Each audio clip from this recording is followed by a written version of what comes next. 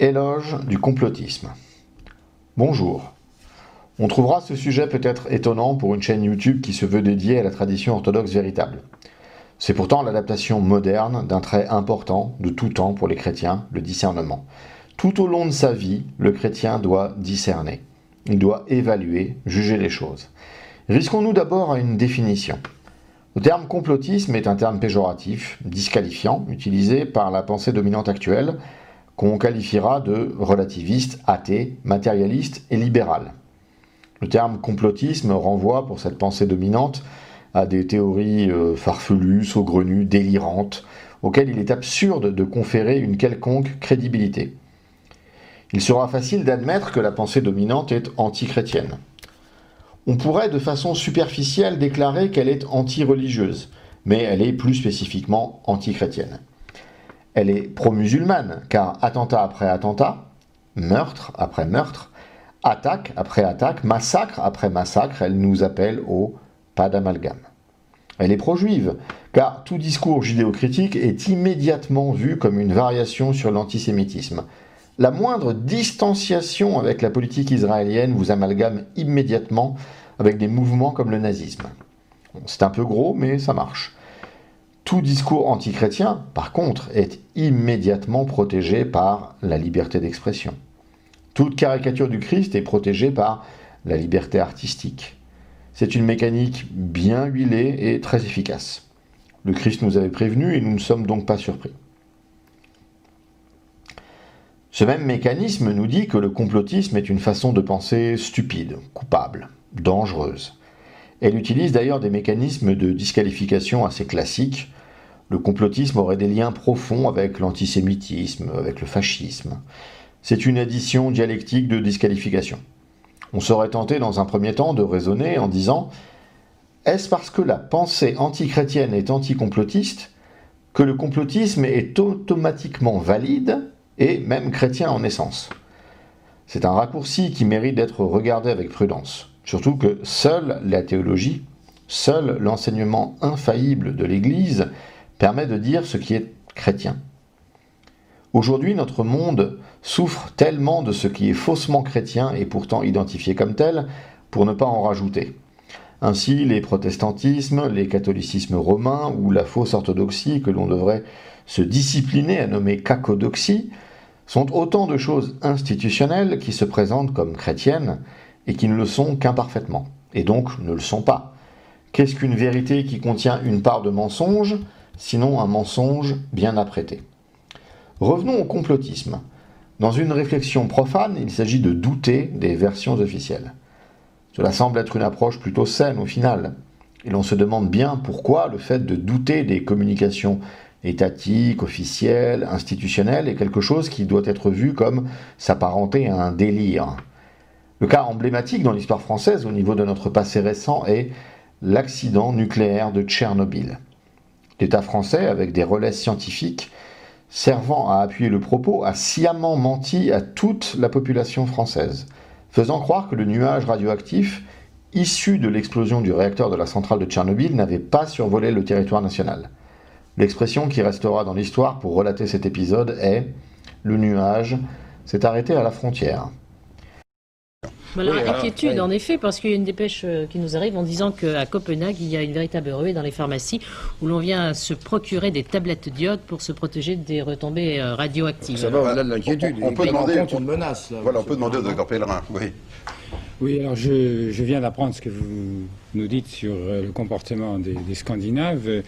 J'ai eu ce matin des informations directement des services scandinaves avec lesquels nous travaillons dans le cadre du centre international que je dirige. Et ce sont des gens très solides qui m'ont dit exactement ceci. Hier, on est arrivé en iode 131 à 10 becquerels par mètre cube d'air et maintenant c'est redescendu à moins de 2,5 becquerels par mètre cube ce matin. Il s'agit d'une radioactivité qui est notable, qui est mesurable, mais qui ne présente aucun inconvénient sur le plan de la santé publique. Seulement, on a fait tellement de catastrophisme sur le plan du nucléaire qu'on risque de déclencher des paniques. Alors je voudrais bien dire ici clairement que même pour les Scandinaves, la santé n'est absolument pas menacée. C'est un phénomène que nous suivons tous, toutes les personnes compétentes dans ce domaine, sur le plan européen et mondial d'ailleurs, et qui est très intéressant à suivre pour les enseignements qu'on en tirera sur le plan des mouvements d'air, des masses d'air éventuellement radioactifs provenant d'accidents, mais ça ne menace personne actuellement, sauf peut-être dans le voisinage immédiat de l'usine, et encore, c'est surtout dans l'usine que je pense que les Russes ont admis qu'il y avait des personnes lésées. Il paraît aujourd'hui délirant de taxer les sceptiques de l'époque de complotistes, dans le sens disqualifiant. Les autorités ont menti, l'État a menti, les sceptiques avaient raison. On peut bien évidemment douter des versions officielles. Passons maintenant sur la sphère théologique, car c'est là que réside notre propos. Que nous dit l'Église? Que nous dit l'Écriture? Nous pouvons nous appuyer sur 4 passages. Le premier, c'est la Genèse. C'est le livre qui montre, entre guillemets, le problème. Il ne montre pas que cela, bien entendu, il montre plein d'autres choses, mais il expose le problème. Dès le chapitre 3, nous voyons une créature angélique, en rébellion contre Dieu, qui entraîne l'humanité dans la mort et le péché. Si l'on peut résumer ce qu'il se passe ici au niveau de ce qu'enseigne l'Église, on pourrait formuler ainsi. Une partie des anges s'est rebellée contre Dieu et contre son plan. Ces anges sont appelés traditionnellement des démons, ils sont en guerre contre Dieu. Et nous sommes impliqués dans cette guerre, que nous le voulions ou non. Les démons nous haïssent l'amour que Dieu a pour nous, haïssent l'amour que nous pourrions avoir pour Dieu et cherchent à nous séparer de Dieu. Pour cela, tous les moyens sont bons. Le diable, initiateur et chef de cette rébellion angélique, a pour outil principal le mensonge. C'est une créature d'une puissance colossale et d'une détermination totale. Il veut notre perte. Il faut que nous sachions que, sans répit, il conspire, depuis le début, pour parvenir à notre perte. Il a déjà réussi à nous rendre mortels. Il a déjà réussi à nous chasser de l'Éden. Il a déjà réussi à amoindrir notre nature par le péché originel. Ceci sont les données du problème. Dans une lecture chrétienne sérieuse, biblique et patristique, il y a donc un complot, vieux comme le monde, d'une ampleur immense dont peu ont véritablement conscience. Saint Jean nous rapporte les paroles du Christ, qui mentionne le prince de ce monde. L'expression prince de ce monde est traditionnellement attribuée au diable.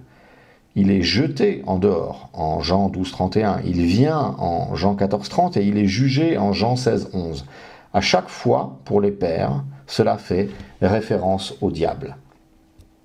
Le psaume 2 déjà prévenait. Pourquoi les nations se sont-elles rebellées? Pourquoi les peuples ont-ils médité de vains complots?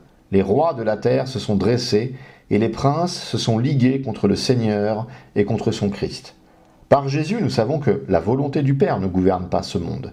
Cela fait même l'objet de sa prière, que ta volonté soit faite sur la terre comme au ciel. Mais sur terre, c'est le prince de ce monde qui règne. L'avez-vous déjà vu faire une déclaration officielle? L'avez-vous déjà vu faire une visite diplomatique? Nous ne le voyons jamais et pourtant il règne ici-bas. Comment peut-on régner incognito? Par des relais. Régner, cela veut dire qu'il y a une organisation, des serviteurs, des réseaux. Si vous ne pensez pas que le diable règne de façon cachée au travers d'une organisation occulte, vous traitez simplement le Christ de menteur. Souvenez-vous que si vous avez eu honte de lui, il aura honte de vous lors du jugement dernier. Ainsi, l'on sait via le psaume que les rois et les princes de la terre complotent contre Dieu, contre son Christ. On voit bien ici que ne pas souscrire à ce que dit l'Écriture, à ce qu'enseigne Moïse, à ce que rapporte Jean de la bouche même du Christ, cela revient purement et simplement à sortir de l'Église. La plupart du temps, les gens nient comme des autruches, mais font néanmoins le jeu des démons. Charles Baudelaire écrivait « La plus grande ruse du diable est d'avoir réussi à faire croire au monde qu'il n'existait pas. » Le Christ a fait plusieurs déclarations prophétiques rapportées par les évangélistes. Mais c'est le livre de l'Apocalypse qui aborde le plus ces questions des fins dernières. Souvent, on apparente Apocalypse avec grande souffrance, grande tribulation. C'est un raccourci. Apocalypse est un mot grec qui signifie dévoilement. Au moment de l'Apocalypse, l'athéisme sera impossible, tout sera vu en vérité. L'Apocalypse est un texte très complexe dans son interprétation et la tradition patristique ne s'y est pas trop risquée. Il se peut que la littéralité soit la seule lecture possible et que le contenu de ce livre prendra tout son sens au moment du dévoilement final. Nous savons par ce livre, par les épîtres de Saint Jean et par certains passages de Saint Paul, que viendra un personnage nommé Antichrist. Notre but ici ne sera pas d'étudier les différents versets, les subtilités entre Antichrist et Antéchrist. Néanmoins, ce que nous pouvons discerner sans trop de doute est l'émergence d'un personnage voulant être adoré comme Dieu. Il sera probablement très puissant, très célèbre. Jean nous prévient qu'à un moment, nous ne pourrons plus acheter ou vendre sans avoir la marque de la bête sur la main ou le front. Ainsi, si nous ne connaissons pas les détails exacts de mise en place, nous savons que les chrétiens sérieux doivent être attentifs à ce genre de mécanisme. D'autant plus que la possession de cette marque équivaut à la perte du royaume. Ainsi, toute avancée technologique permettant de réaliser cette prophétie doit être accueillie avec réserve, avec prudence. Cela sera-t-il via une puce RFID, un vaccin, des nanotechnologies, un implant? Nous ne le savons pas. Le but ici pour nous n'est pas de spéculer. Nous voulons plutôt montrer qu'un chrétien sérieux sait que nous vivons dans un gigantesque complot depuis le début de l'humanité. Le discernement ici est donc de reconnaître dans le réel ce qui participe de ce complot. Pour cela, il suffit de réfléchir un instant. Je disais précédemment en parlant du diable. Il veut notre perte. Il faut que nous sachions que sans répit, il conspire depuis le début pour parvenir à notre perte. Il a déjà réussi à nous rendre mortels. Il a déjà réussi à nous chasser de l'Éden. Il a déjà réussi à amoindrir notre nature par le péché originel. En réponse, Dieu a fondé une église. À la mortalité héritée du diable, l'église nous offre un accès à l'immortalité. Nous avons été chassés de l'Éden, mais l'église nous permet déjà d'expérimenter ici et maintenant le royaume. Le péché originel a affaibli notre nature, mais nous pouvons nous régénérer par le baptême et les autres sacrements offerts dans l'église. Il est aisé de constater que l'église a toujours été la réponse apportée par Dieu aux problèmes causés par le diable. Ainsi, sans être un génie tactique et stratégique, à la place du diable, que feriez-vous pour nuire davantage à l'humanité? Vous attaqueriez l'Église. C'est trivial à comprendre. Vous vous attacheriez à pervertir sa doctrine, puisqu'elle est porteuse de la compréhension du problème et de la solution.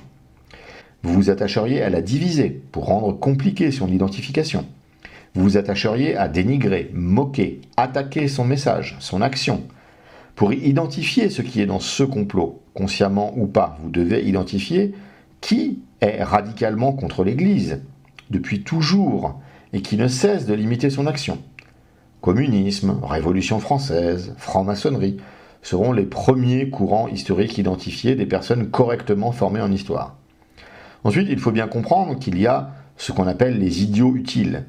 Tous les communistes, tous les révolutionnaires français et tous les francs-maçons ne sont pas ou ne furent pas tous consciemment et activement au service du diable. Tous ne font pas ou n'ont pas fait de sacrifices humains ni de rituels sataniques. Leur salut est néanmoins très sérieusement compromis de toute façon. Le diable ne va très probablement pas non plus se concentrer exclusivement sur l'Église. Ce serait dangereux pour lui d'un point de vue tactique. Il va également attaquer l'humanité au sens large. Il va attaquer la vie. Il va l'attaquer sans limitation, sans honneur, sans code. Juste la volonté de détruire et d'avilir. Il va aussi systématiquement pousser l'humanité à vivre en dehors de la loi divine. À vous donc de reconnaître cette action luciférienne dans le monde. Quelques éléments servant d'exemple. L'avortement et l'euthanasie sont des attaques sur les deux extrémités de la vie. Les deux sont toujours présentés comme étant des droits, des dignités, etc. Bien évidemment, le diable ne va jamais venir vous dire de violer la volonté divine pour aller en enfer. Le diable viendra toujours pour défendre les libertés, les droits, le progrès, la dignité humaine. Il ne faut pas être dupe. J'anticipe et réponds à une déception possible chez certains.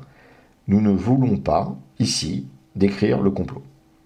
Quels sont ses rouages, ses modes, ses particularités, est au-delà de notre propos.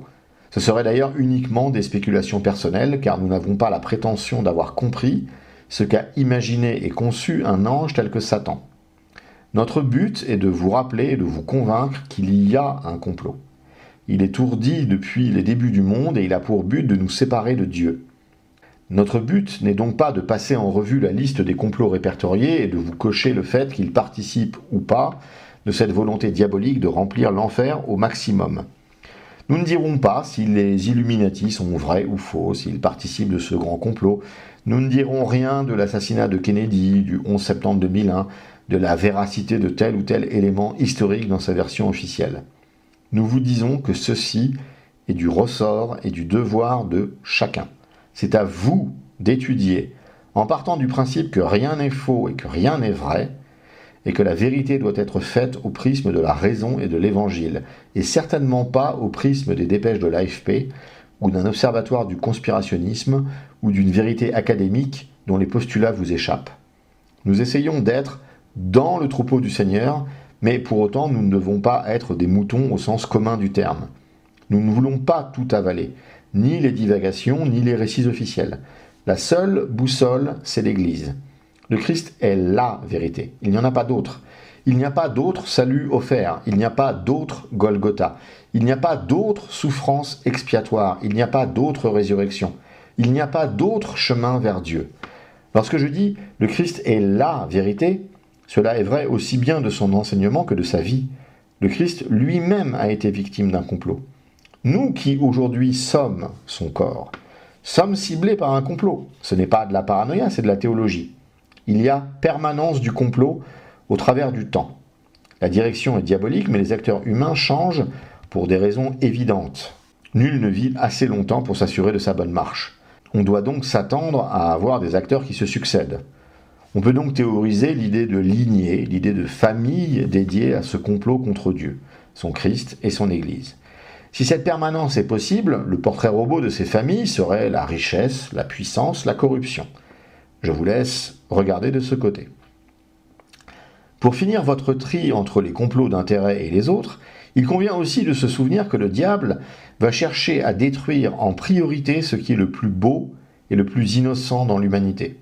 On pourra donc traiter avec plus d'intérêt les choses qui mettent en cause les enfants, leur intégrité physique, morale, jusqu'à leur vie. Pour acquérir ce discernement, ou tout du moins fortifier votre capacité à discerner, un seul lieu, contre lequel l'enfer ne peut rien, l'Église. Son portrait robot est connu. Elle détient la doctrine inaltérée, puisqu'elle est la vérité sur terre, et elle est déconsidérée, persécutée, moquée et souffrante. Les prophéties de l'Écriture nous disent que son nombre est insignifiant. Je vous laisse réfléchir. Bienvenue dans les catacombes.